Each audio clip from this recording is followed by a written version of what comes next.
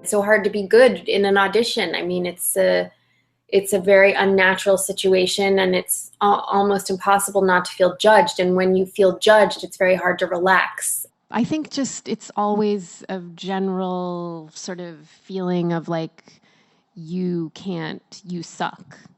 You can't do this and you're not good enough. And that's the same with writing. And I'm sure a lot of people feel that way. So it's sort of getting over those voices and just going.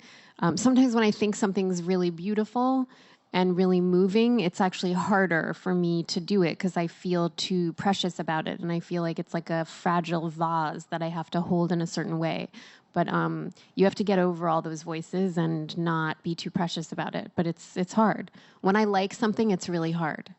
When I feel like I'm with someone whose taste I admire, it makes me I feel nervous, but I also feel like it's okay to try things because I know they'll cut it if it's bad. Trying to continue writing, and it's very satisfying to use a different part of yourself. And I wish I had gotten to it earlier, but there you have it. What do you do to fight writer's block? Well, there's some contention in my household about whether writer's block really exists, really.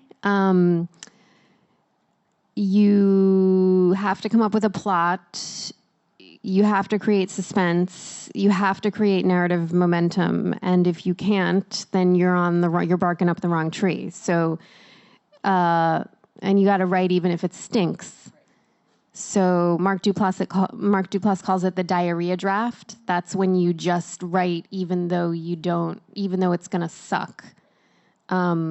So that's really the biggest lesson I feel like I've learned is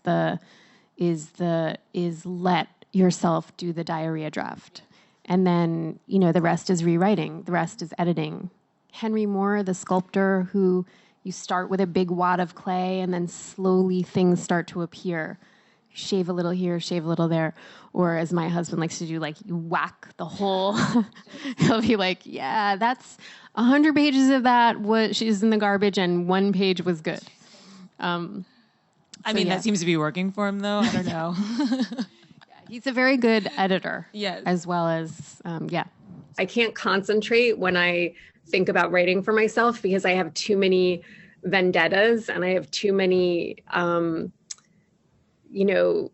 it's like it involves my ego too much. Whereas if I can just feel like, okay, you're out, get out, stay out, sit down and be quiet, then I find that I can start to come up with potentially what is hopefully an interesting story.